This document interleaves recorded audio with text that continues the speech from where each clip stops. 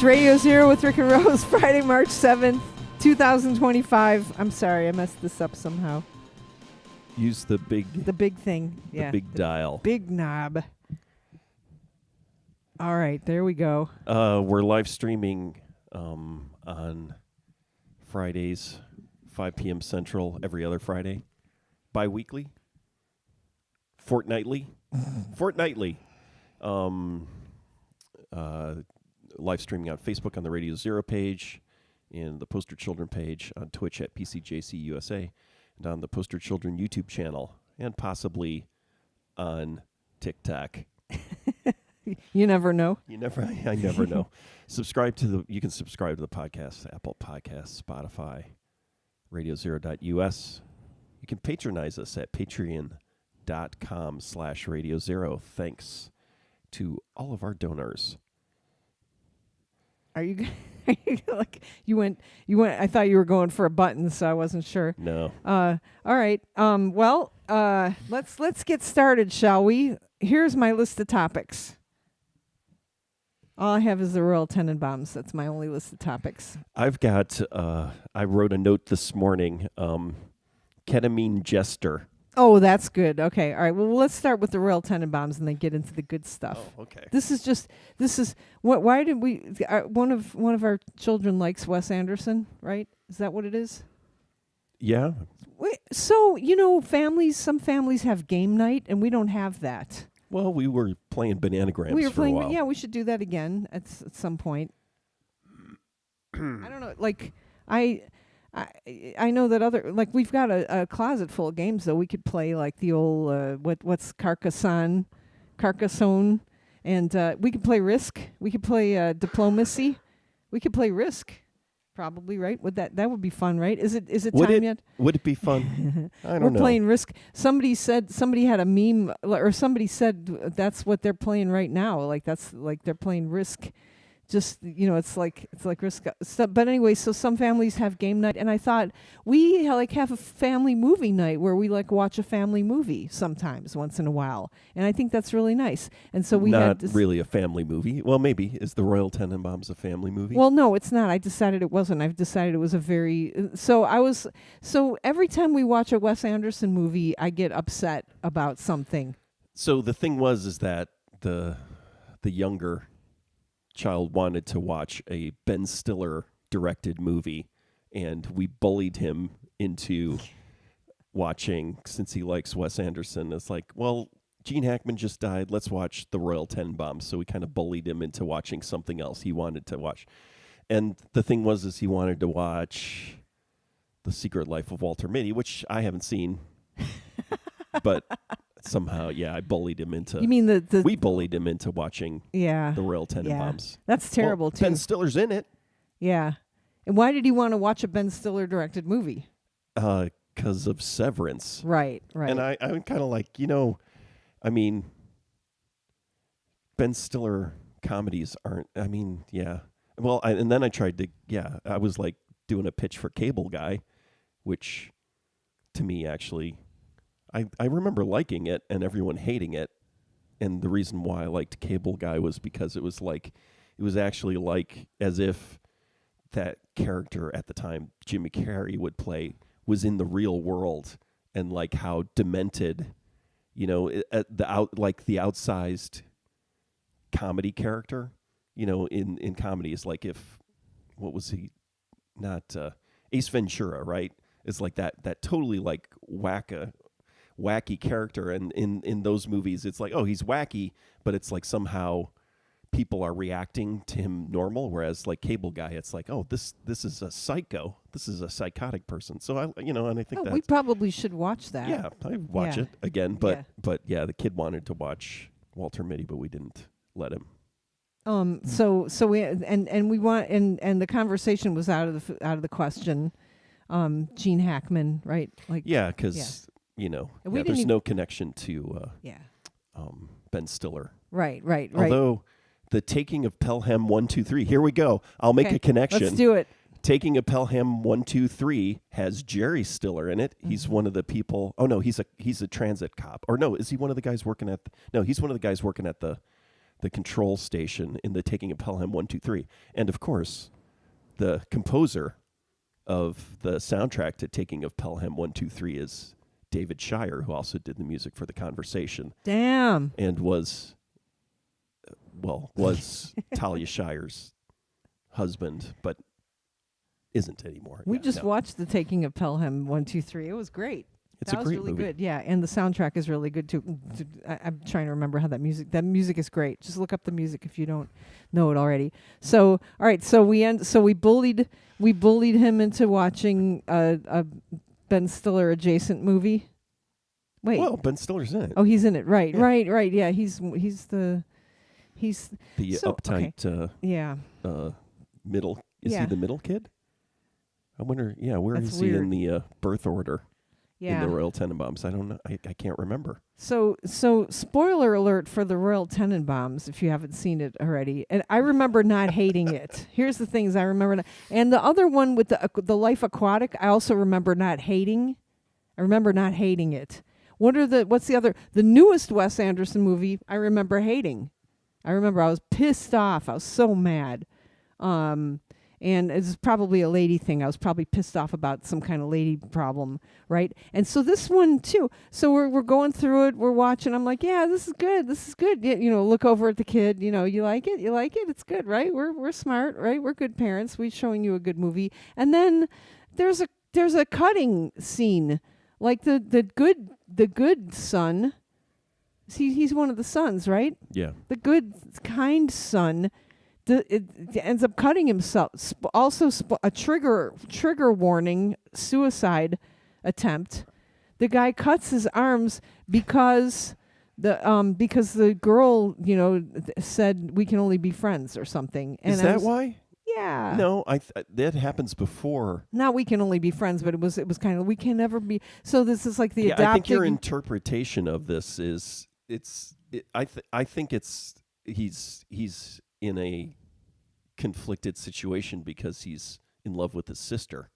And she's that an to me adopted, is the problematic part. Yeah, no, she's adopted sister. So and to me, it's like, oh, this is like a weird Woody Allen like thing. Well, he cuts himself after she says, you know what, we can only. He comes up to her and he's like, I love you. Let's, I've finally realized that I love you. It's probably like the Shakespearean like this, right? This got probably a Shakespeare thing where I think he says he finally decides, to let his heart out and I love you, and then she's like, you know what, we can't be together because we're brother and sister. And then he's like, oh, okay, I'm going to cut myself now. So what I got out of it was it's a woman's responsibility to love you back or you're going to cut yourself. And I was like, as this was happening, yeah, Cody B says, first Wildcat. I don't know why he says that. And then he says, I'm done with Wes Anderson. Enough is enough. He was good early on. So to me, as I'm watching this, I'm thinking to myself, this is a really irresponsible movie. I feel like that the conversation about them being together happened after. I felt like it was he did that after he found out that she was having an affair. That too. Yeah, of course. Yeah. She's having an affair with somebody else. With his brother. Yeah. Yeah. No, Owen Wilson. Doesn't matter. It's whatever it was. The He cut himself because a woman didn't do what he wanted. He didn't love him back. That's how I saw it as a woman, and a film watcher. I actually don't think that's to me. It was him being overwhelmed by the complexity of the situation. Okay. Right? I mean, that's what yeah, I think. you can think whatever you want, white cis male. Cody B says Wildcat is the Owen Wilson line when he's on mescaline on TV. Wildcat. It's all fun until somebody cuts themselves because a woman doesn't love them back. And I don't know. I like it. I like the suicide in that movie with the really Elliott Smith song. It's really well done. Oh, Jesus Christ. Really well done. That's the other thing, too. Didn't Elliott Smith kill himself? Well. Okay. Anyway, it's too I'm not sure. Yeah. Too millennial for me, I think. I don't know. Pre-millennial. Is it pre-millennial? Millennial. Yeah, I don't know. Yeah. I mean, I still get from Wes Anderson. I've not yet seen in my adult years here. I've not yet seen a movie where a woman is not an object, and the other woman Well, in it is too also is an object. I mean, yeah. I mean, I don't disagree with that, but I think I'm kind of feeling I didn't get that. I feel like I'm kind of hyper aware, and what I get out of the situation is because it's also him like having the meltdown in the tennis match. He's just completely. It's like an emo thing to me. It's not definitely not a woman is the problem thing. Well, he didn't cut himself after he lost the game. And on top of But it, he was looking at her. He had the meltdown because he was looking at her at the tennis match, too. Oh, it was, yeah. Yeah. Yeah. Well, I mean, I mean, I think to me, the problem I had with it was like, it's to me, it's like, oh, wow, this is like a weird exploration. It's kind of like a riff on Woody Allen's relationship with his adopted daughter. Oh, well, I yeah. guess she wasn't even yeah. But regardless, to me, it was that to me is the problematic part where it's kind of like, ooh, this is like kind of exploring that idea where it's okay, you're adopted. We're not related by blood, but it's like, oh, you were together in childhood. That to me, that's where all the problems are for me. But him actually killing himself, attempting suicide, but and then to me, maybe that would be why it was more like, oh, he's in a terrible situation, or he's conflicted and can't see a way out of this emotional prison. Okay, well, here's of his own making. Of his own making. So out of this same mouth comes the words, but I love Scott Pilgrim. Like, I have no problem at all with Scott Pilgrim, and we all know what that's all about. It's like just this one woman that that like has these exes, and he's got to vanquish them in order to be with her. Apparently, that's not a problem for me. Apparently, I don't have a problem. Apparently, that's a woman in charge. But this is all women. Yeah, that's so he has to battle. So I have no problem with that at all. Like I've never had a problem with it. So there's obviously something wrong with me, I guess. Like there's obviously something wrong with me. Okay. Well, let's move on. You have anything else to say about Wes Anderson? Are we then we watched a puppy dog movie, and I know Graham's got a problem with the puppy dog movie. What's the puppy dog movie? We didn't finish watching it. The fetishization of exoticness of, is Wes Anderson Japanese? Oh, the other Wes Anderson movie. Yes. Not Fantastic Mr. Fox, the other one, the Isle of Dogs. We were watching the Isle of Dogs. Yeah, we didn't get to watch. I didn't see the ending of it. Yeah, we were going to, but then you kept falling asleep. Yeah. Well, I was tired. I was tired. I was very tired. Kevin, right. Have you guys seen this movie? I don't know if you've seen it or not. It's gorgeous. Clifford? Yeah, that movie too. Isle of Dogs. Thanks, Chris. It's beautiful, right? But so what is Graham has a problem because it's made up Japanese, but it's not made up Japanese. Yeah, you have to. I don't want to speak for his problems with it, but I don't. Yeah. It's for me. It's problematic because why are we like? I don't know. You have to delicately play with other people's cultures, I guess, when you're creating. Yeah. Right? Like if we write like a Spanish song, like I don't know, like you're talking about cultural appropriation. Yeah, I'm talking about cultural appropriation, right? So right, isn't that cultural appropriation, the Isle of Dogs? I mean, I guess maybe. Well, I mean, it's taking place within a different non-American culture, but it's also dogs.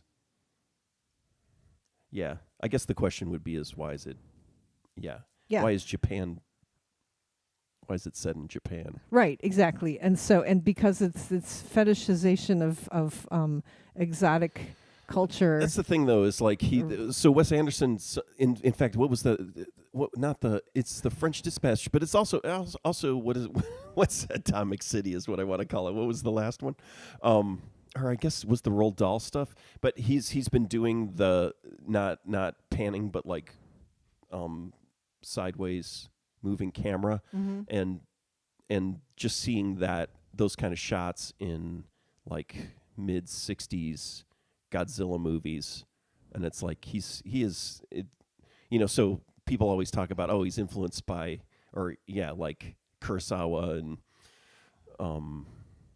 but it's like also these, in fact, the colors and the costumes and everything, there's a lot. I'm trying to remember the Godzilla movie I saw. I was like, oh, okay, this is what Wes Anderson's been doing for the past.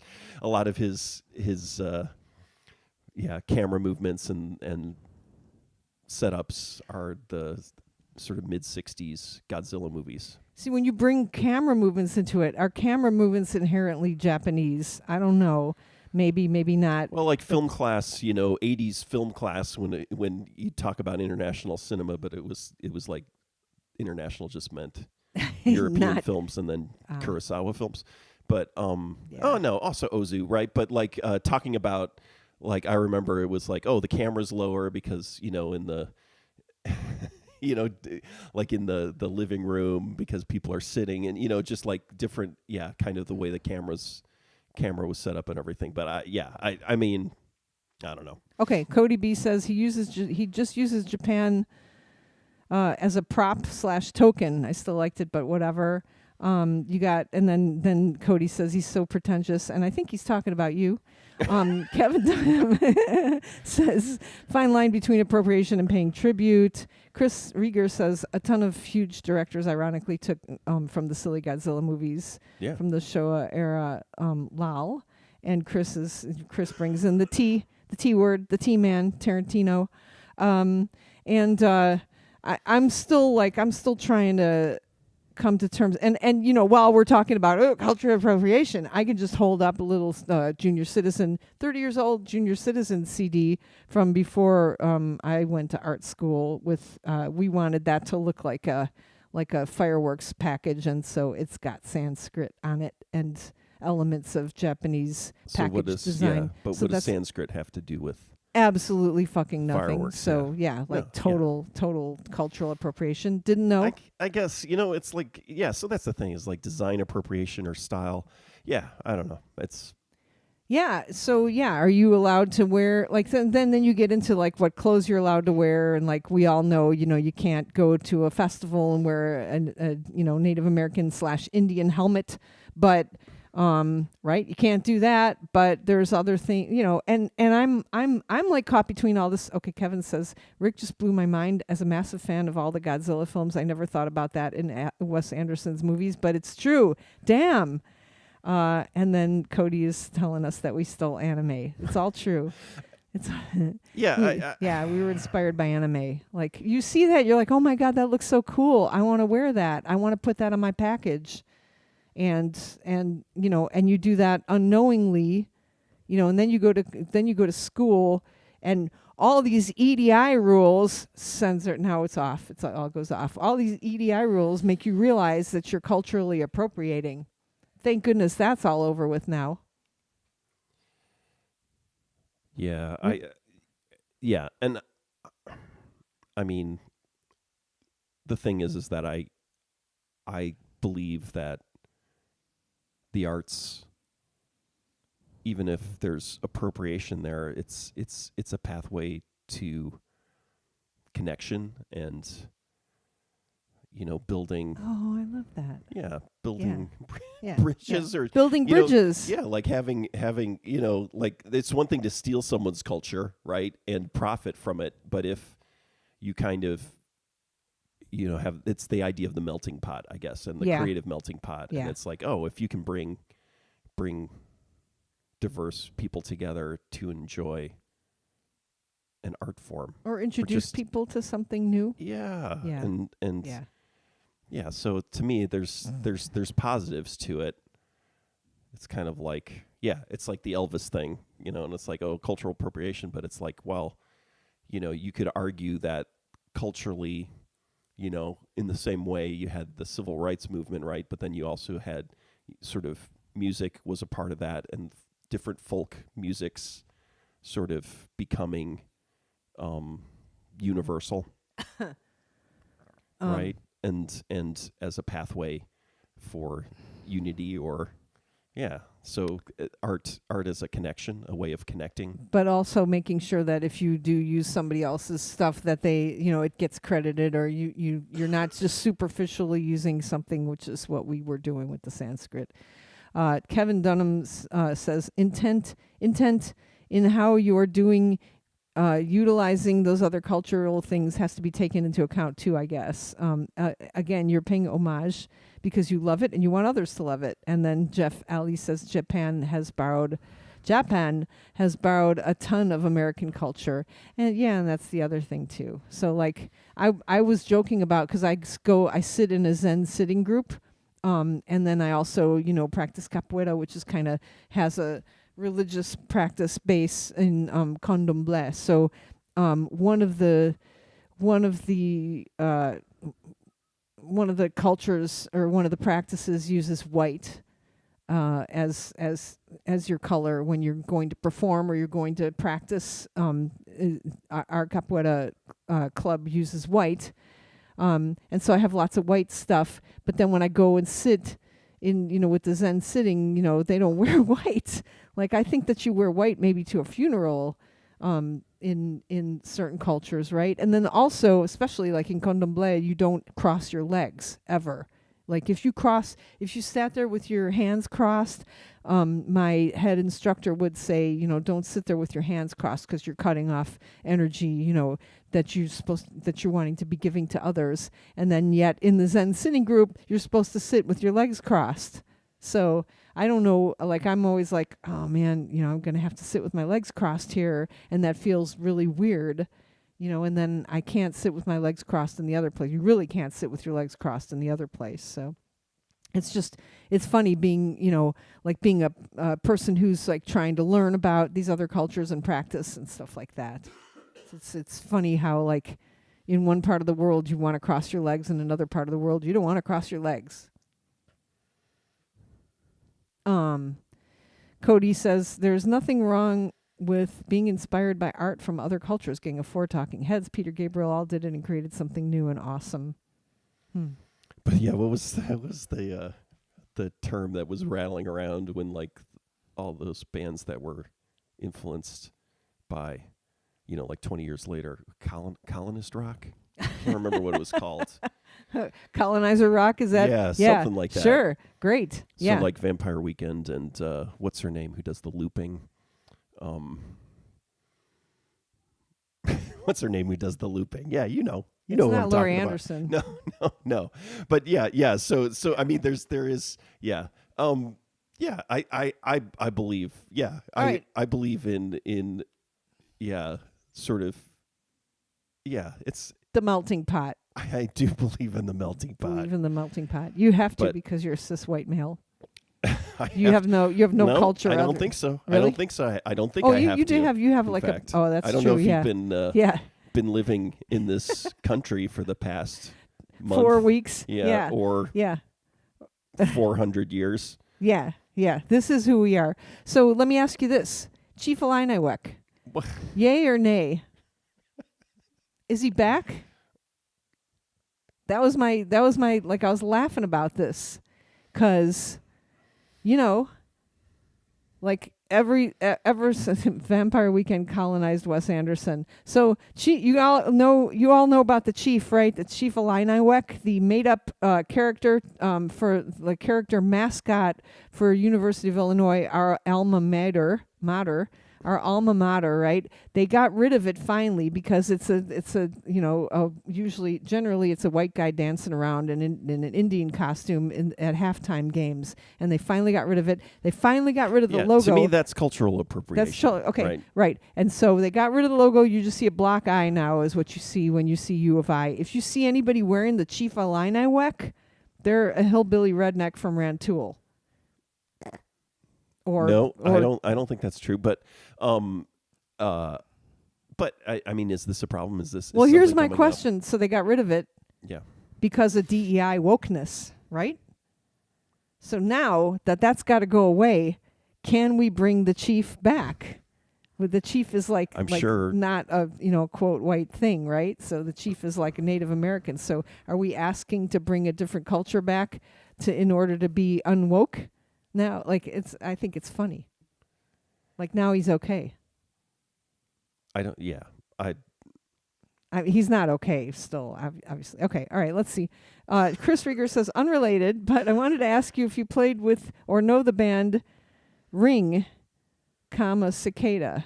I feel like what? We may have played with them. Okay. But I don't remember. I got into them after going through all the albums Steve Albini produced, and they're awesome. Wait, Ring, Cicada? Ring Cicada. Ring Cicada. I don't remember that. And Kevin's just all excited because we said Rantoul, or I said Rantoul. Ring Cicada. Where would we? Oh, it's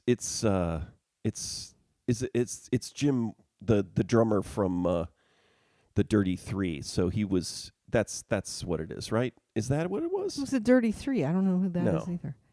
Somebody told me something today. I forgot. Somebody told me I taught something on like at the beginning of January, and I forgot. I had forgotten that I taught it.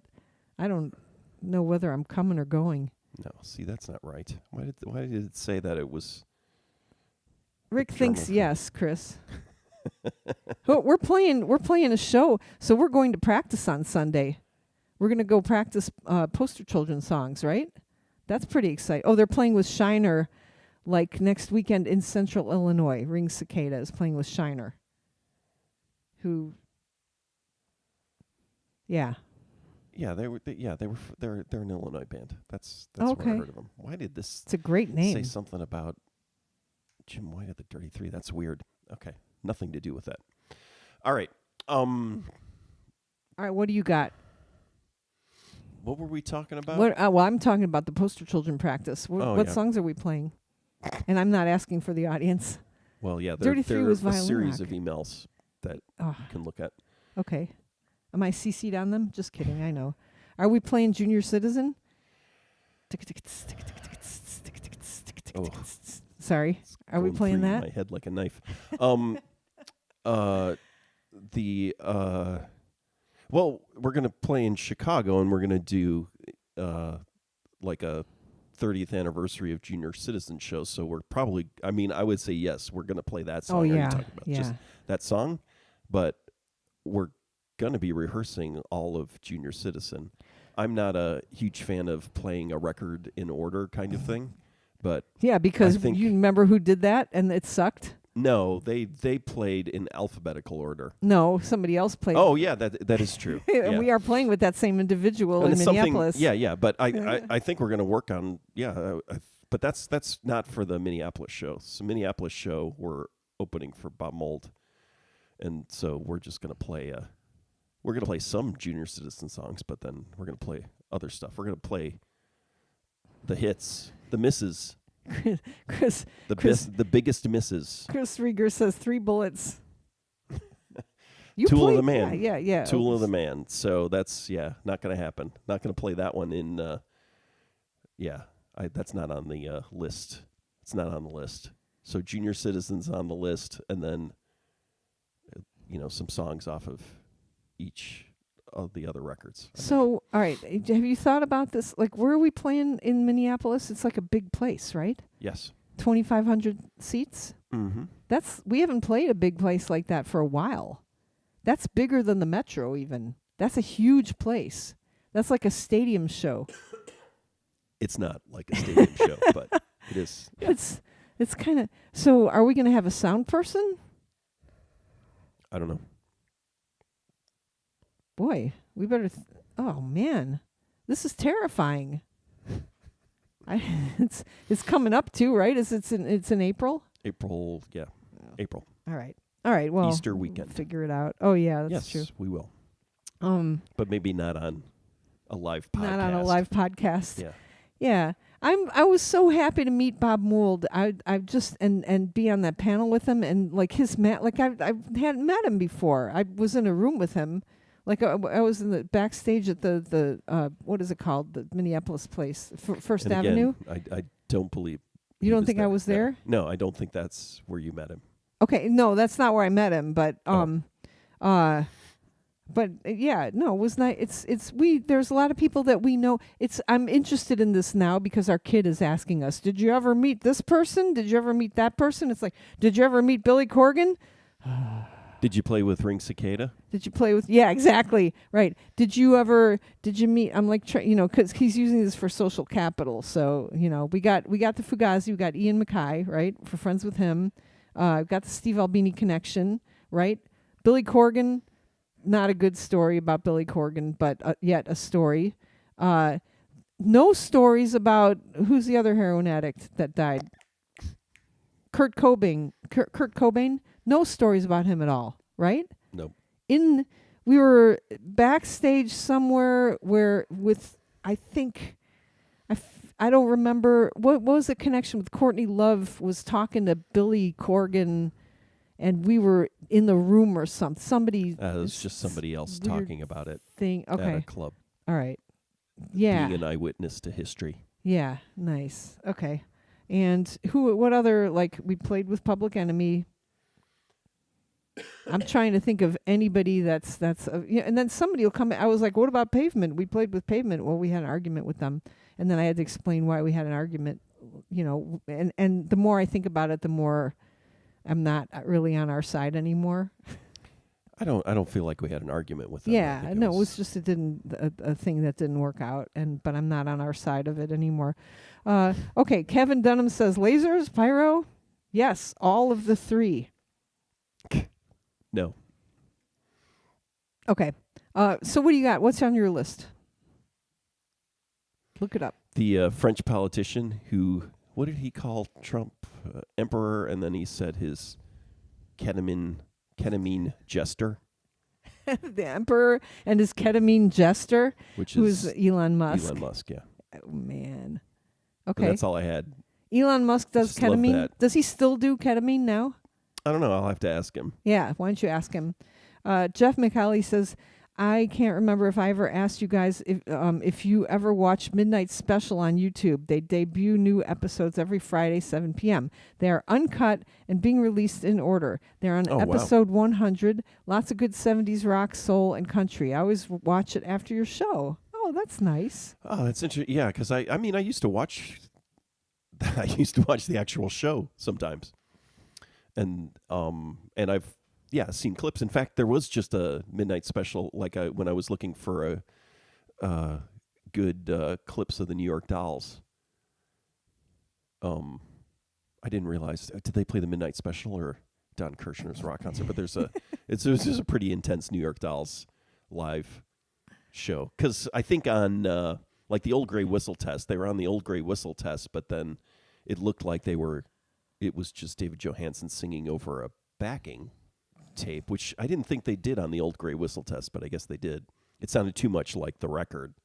It was interesting. But yeah, no, I liked the Midnight Special. Kevin asks if we ever played a show with Ketamine Jester. Yeah, exactly. It was just so great. So this stuff where Trump, like, he's there's going to be tariffs, and then he puts on the tariffs for like a half a day, and then he takes them off, and so the stock market, goes down, so his friends can buy stocks. I was thinking about buying stocks, and then it goes back up again so that they make money, right? Oh, is you that think part of? You think that's not the just logic? me. You think it's that people were saying, people Wow. were talking, Rick. Yeah, again, I think that's giving too much credit to a infantile man baby.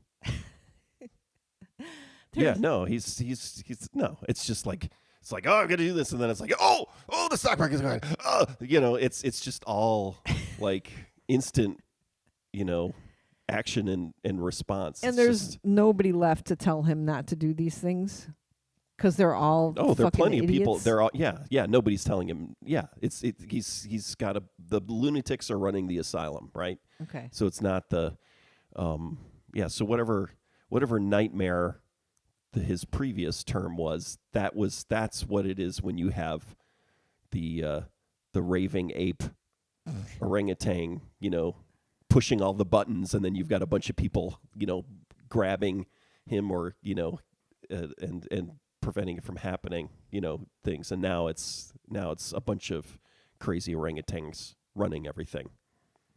There's a lot of horses loose in the hospital. That's right. It's just madhouse of lunatics. Wow. Okay. Implementing. Yeah. All of it's the end game of everything. And that's the thing, is like the Department of Education stuff, which now it sounds like, oh, okay, it's gonna kind of get rid of the Department of Education, but like now there's some kind of acknowledgement, and I'm not up to date with what's going on, but it's like get rid of the Department of Education within the limits of the law or whatever, right? Or what can actually be, done through legal means. So, I mean, maybe the Department of Education won't be going away. But to me, it's like, oh, everybody's like, and it's like, oh, it's because of a demented worldview that the Department of Education somehow has control over what people are teaching, all over the United States, which it doesn't really. I mean, it is really a lot about, helping out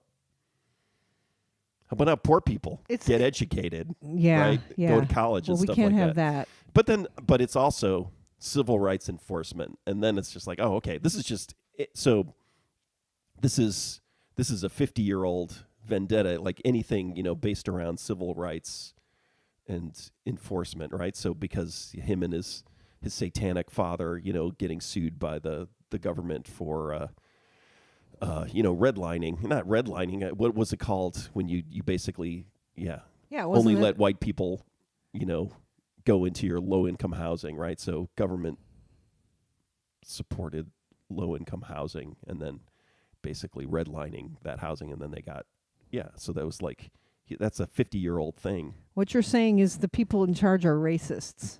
Yeah. Like really, really, but like, or just anti-civil rights. It's this is all dismantling, But then maybe I'm actually giving him too much credit, where it's like, oh, civil rights.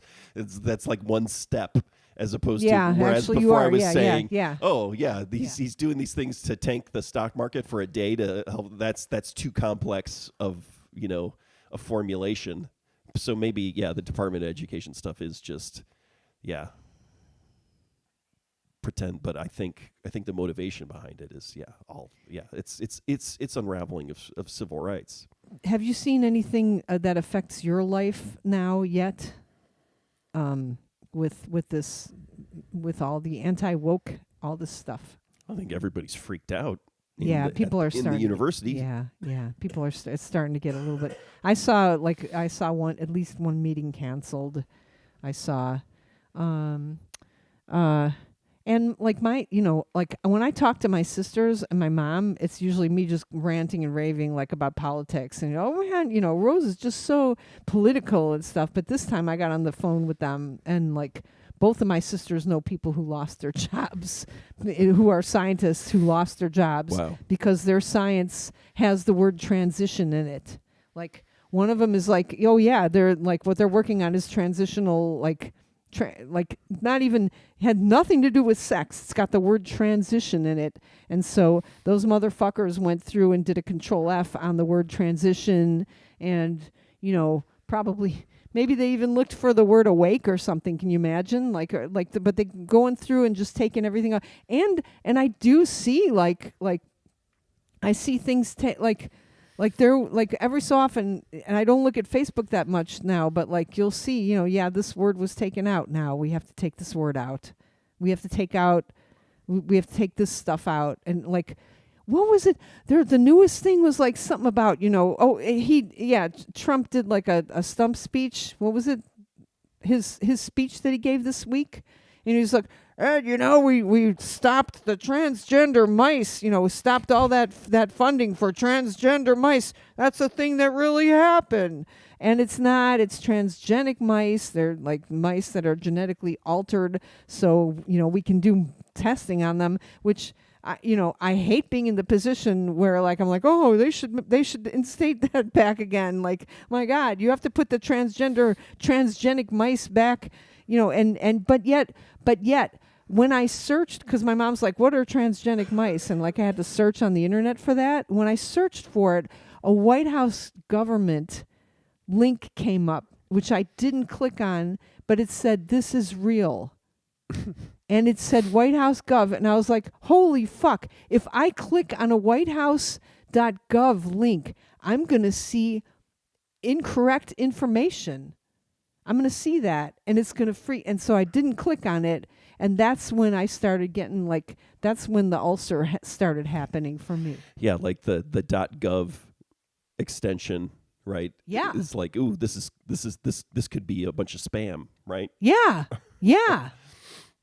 Yeah. Okay, what do we got here? Jeff, all right, so Jeffrey Davis says there's some great stuff on Midnight Special. Good, Jeffrey Davis. Jeff Alley says, I sold all my stocks when Trump won election. Got it all in CDs at 4.5 interest. Jeff Alley says, when Trump was demanding a better deal from Canada and Mexico, he asked what idiot negotiated this deal, and he was the one who negotiated it. Doesn't matter. He can just say that Biden did. No, he can just make... there's a whole nother news outlet. My mom's like, why are people believing this? And it's like, there's a whole nother news outlet that's telling you 2 + 2 = 5 and up is down. And it's in a book, So, all right, keeping people in their place or in the place they think they should be in, says Kevin Dunham. And then also says, my employer is keeping all their DEI initiatives, but renaming DEI to belonging programs. Do you work here, Kevin? Just don't want any potential heat from Big Orange. Yeah, Big Orange. So, yeah. And I'm trying to remember where I saw this because it was really good, but it was just kind of like, well, yeah, you can change the name of everything, but then it's just that they're gonna get on the word belonging and turn that, right? You think people should belong here. Yeah, they'll find a way to twist that. Longer. So, yeah. What? Okay. Well. So, yeah. It is kind of like you just have to keep dodging, bobbing and weaving, but it's kind of like, and then,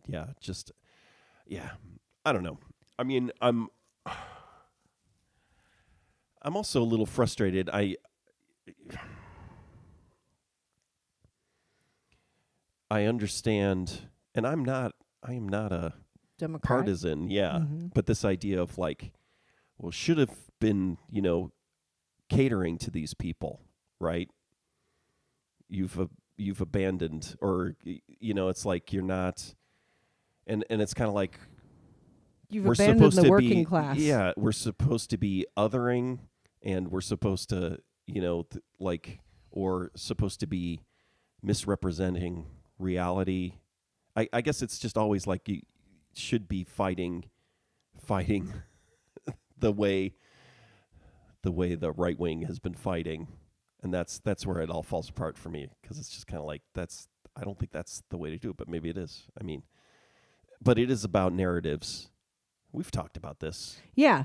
Yeah, so like I have AOC on my Instagram feed, and most of the time I don't see her a lot, but most of the time, sometimes she makes a lot of sense and is a good communicator. Same with Pete Buttigieg, like they're good communicators. Whereas Jon Stewart, he's funny. Like I think he still is relevant and presenting relevant information and presenting relevant guests. I really think he's still doing that, And I don't know what you think about these people Like, and then people are like, I think, oh, AOC, for 2020, whenever the next, if the next election happens, AOC and Buttigieg, for candidates. Yeah. But what do you think about her? I think she's fine. Yeah. I like progressives. Yeah, and so I guess it's building narratives that are like, hey, morons, the whole point of this or the success of this country is based upon uplifting and making the world a better place and making people's lives better in order to make the country stronger and smarter.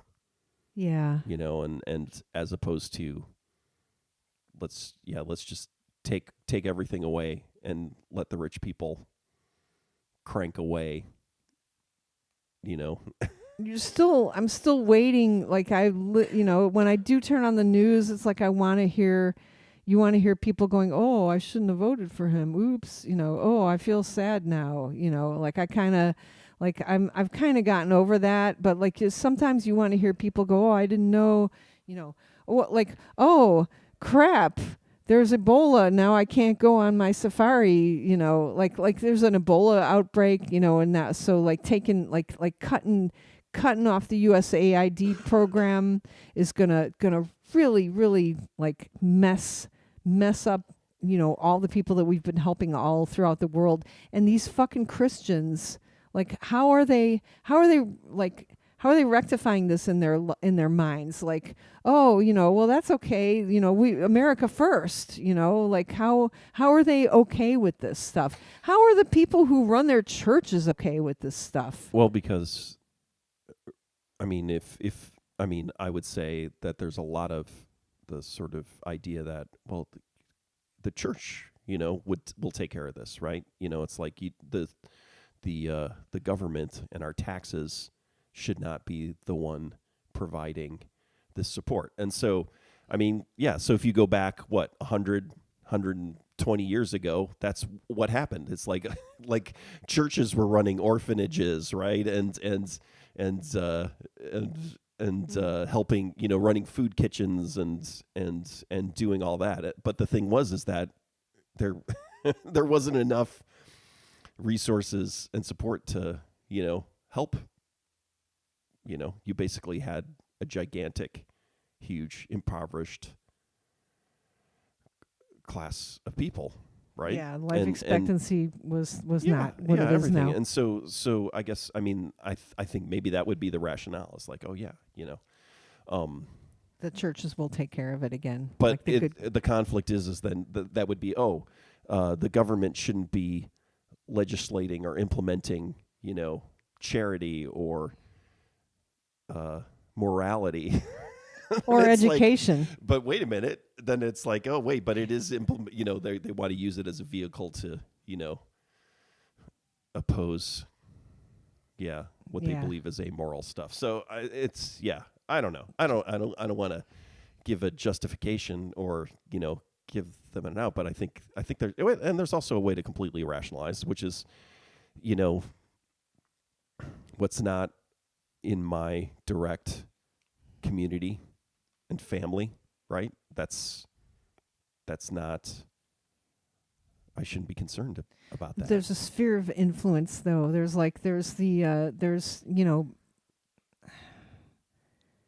we were once a very powerful nation that helped out others, but I guess, something went wrong. Jeff Alley says, I want an entire 24-hour network showing Trump voters that are sorry about voting for him and have lost their jobs because he got elected. Yeah, there's and I hate myself for wanting that. Kevin Dunham says, well, these mega churches making millions don't pay taxes, so maybe they should step up. Yeah.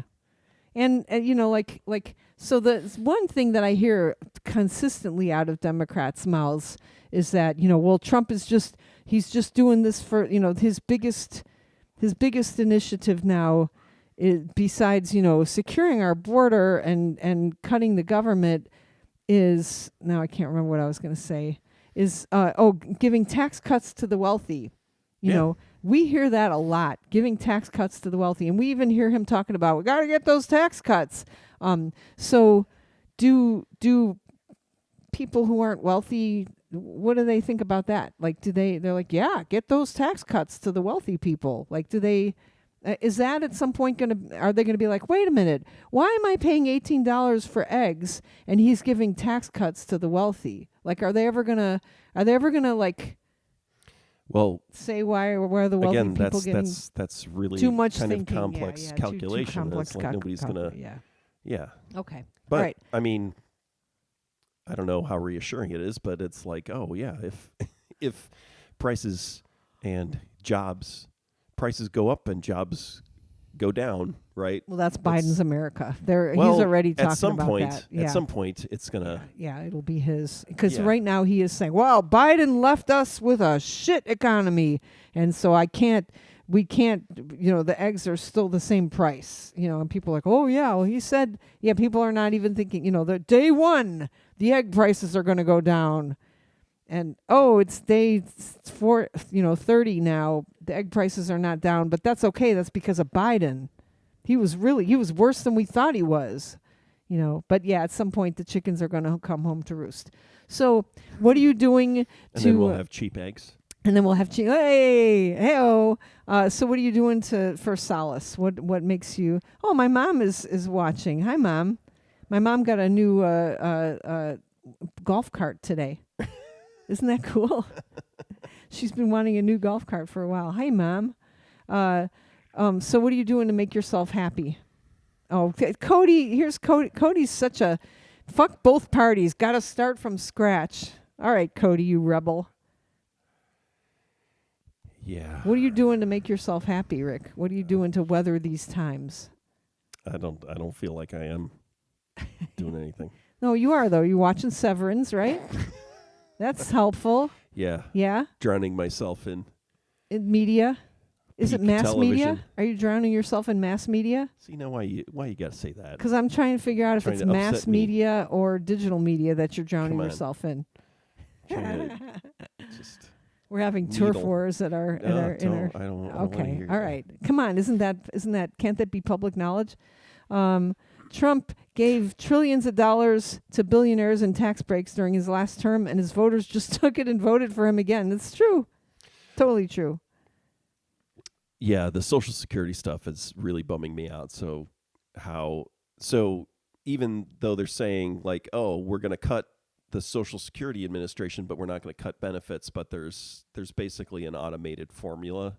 So at some point, there's going to be a 20% cut in benefits when it goes under, basically, right? Starts losing. And so and then doing the tax breaks on the Social Security payouts is going to push that timeline to when everything's gonna flip. It's gonna fall. It's moving from 8 years to 6 years, and then so there will have to be a stopgap measure, because then all of a sudden there's going to be a lot of people who don't vote for the party that's in office. So they should just, right before that happens, they should just relinquish control to the Democrats so they can blame them again. well, maybe that'll Probably happen. that's what's going to happen. Or Social Security will just trickle slowly. Because they're already saying it's a Ponzi scheme, right? Which it's not. Watch more Godzilla movies. Cody says the DNC response to his speech was to say that Ronald Reagan was awesome. Yeah. Did they say that? I didn't watch one any of it. Yeah, I didn't either, but I did hear that. And so again, that's looking back. So the neoliberal free market bullshit that we've been living through, and this is the end times for that. And it's like, but I think the argument about Ronald Reagan is at least, it's like, oh, he was only half Satan, or like compared to now. Yeah, this is even worse. Yeah, who knew? This is a worse Satan. Who knew there was worse Satans? Yeah.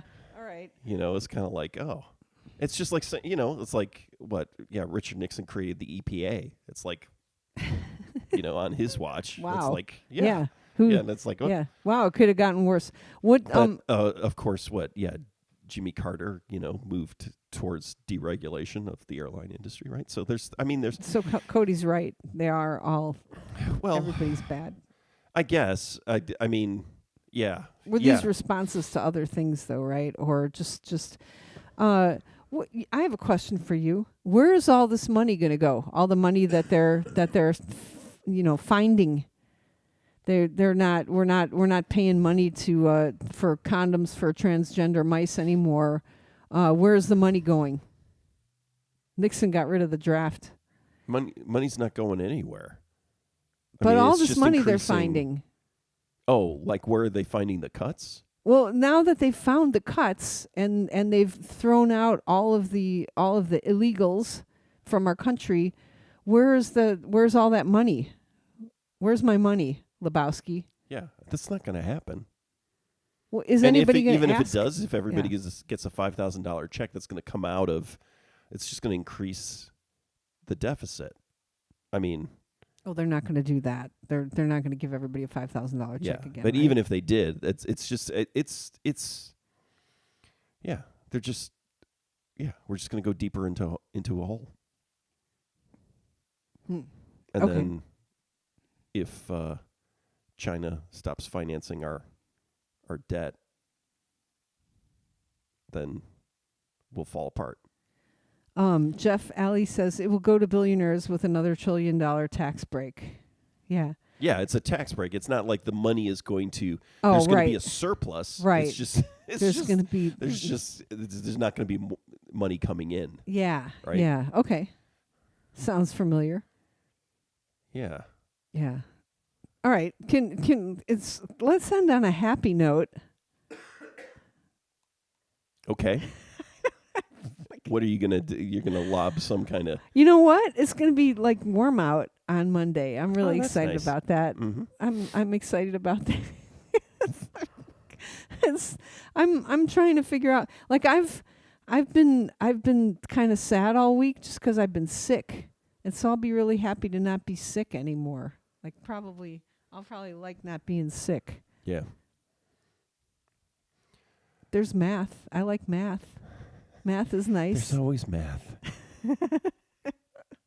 Just remember, everyone. There's always math. If the power grid goes down, we descend into anarchy. There's always math. That's the thing too. Like, what if like the internet goes down? Do you ever think about that?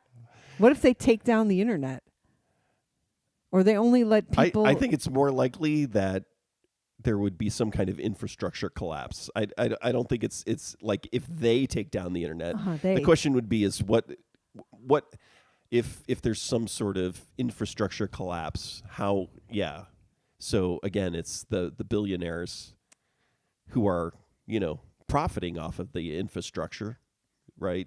How are they going to survive? People are trying to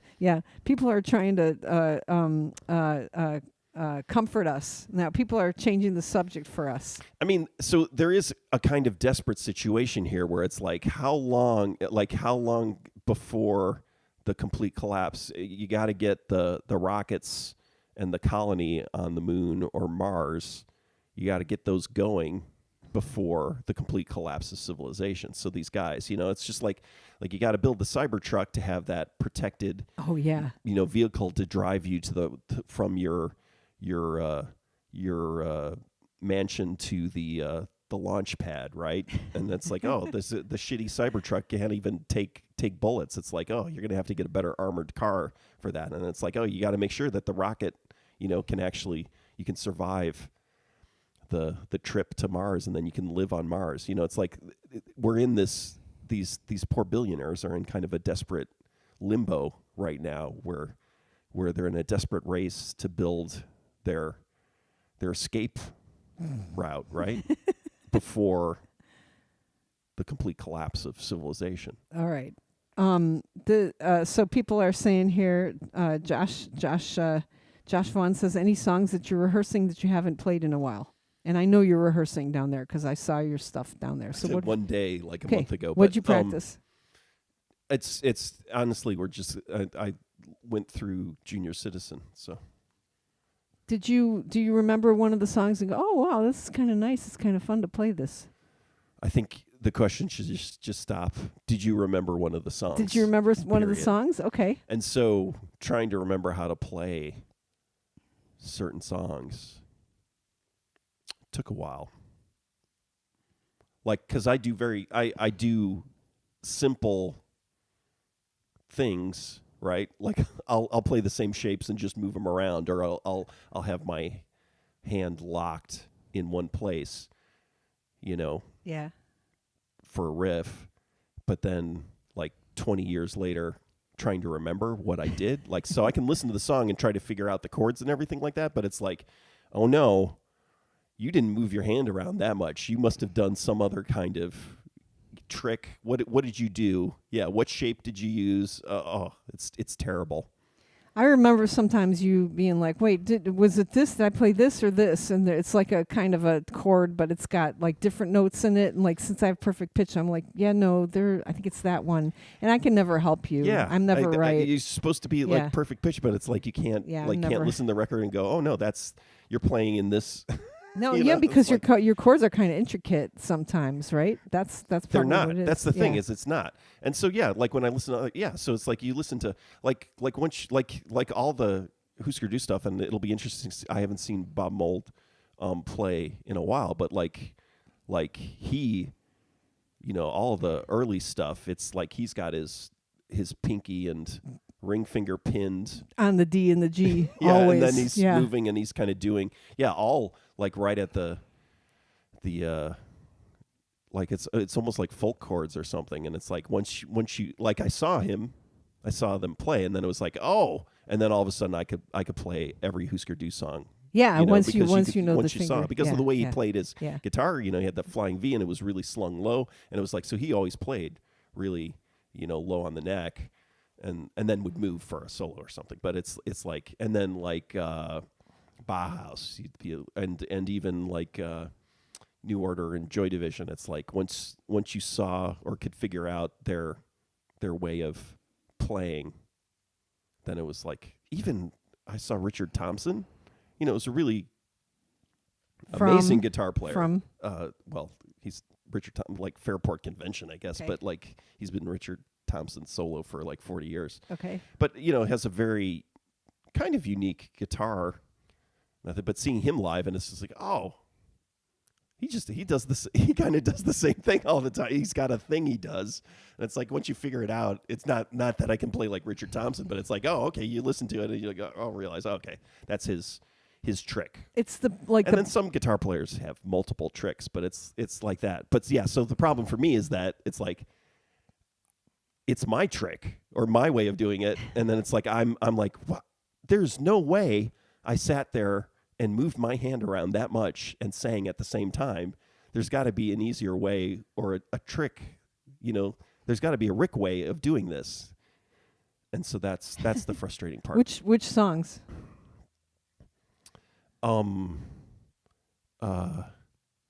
Drug I Need.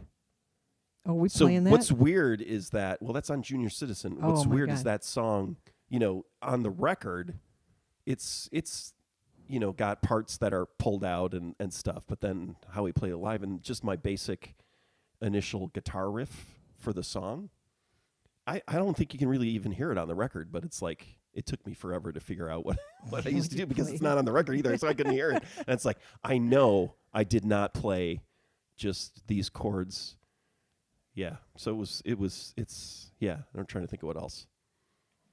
Here, I'll look up the song. Somebody, Glenn Barth says, off topic, but thanks for making such awesome music. Truly my Flower Plower cassette still holding up.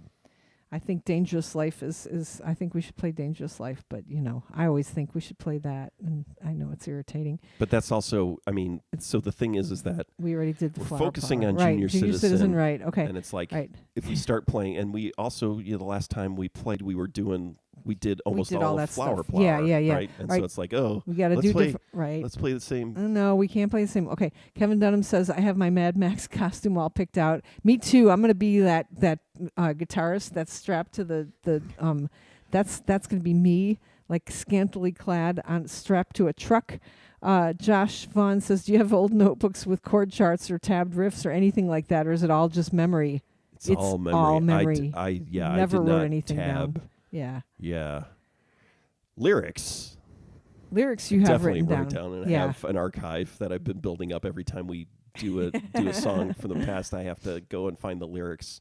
And sometimes even the ones that are up online that we generated or are on our records cover art, sometimes there are some errors in there, or I've changed the lyrics. Glenn Barth says, he's my star, no doubt, can't forget. Kevin's excited for the Bottom Lounge show.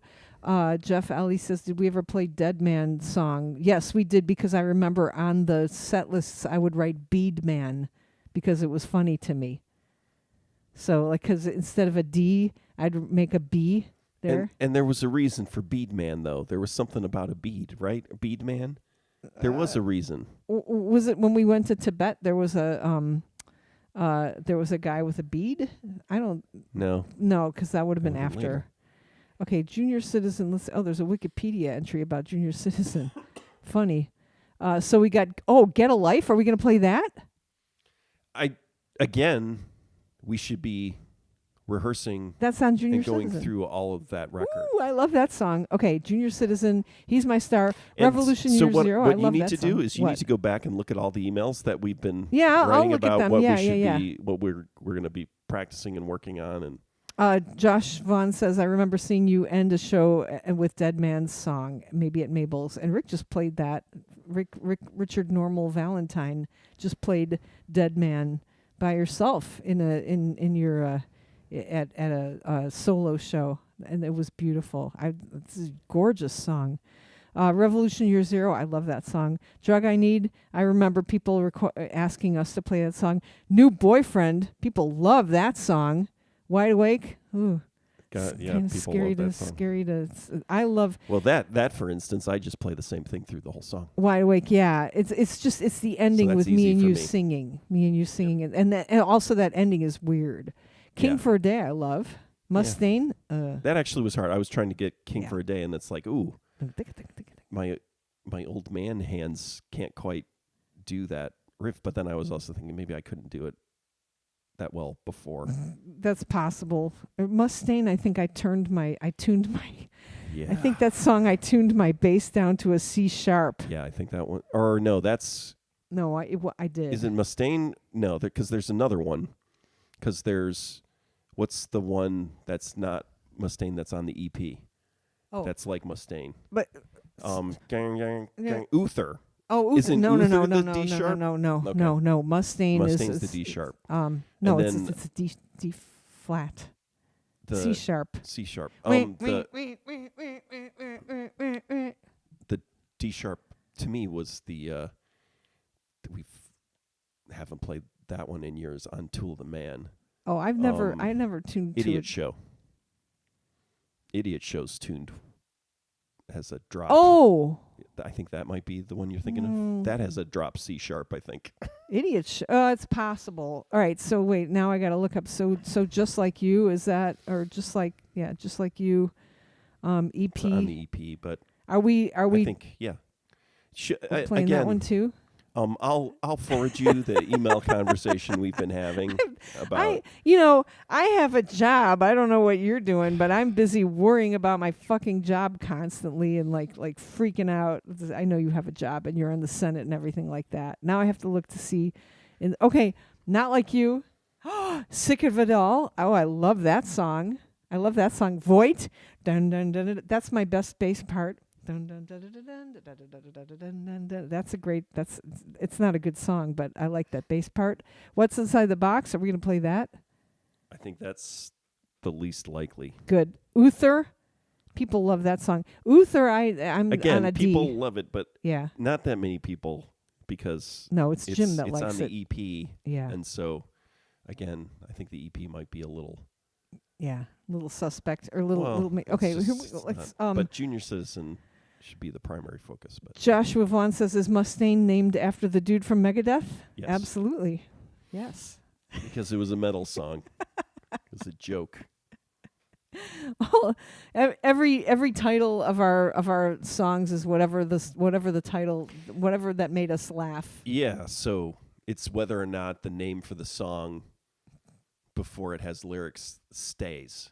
So yeah, so some songs they'd get changed the name, but the shorthand name, like Bead Man, it's entirely possible that that's what it was called. Maybe that's what it was, and then I changed it to Dead Man. I don't know. Get a Life. You were probably yelling "Get a Life" at that point, and Junior Citizen. Also, I'm trying to think of. Yeah, none of the Mustaine.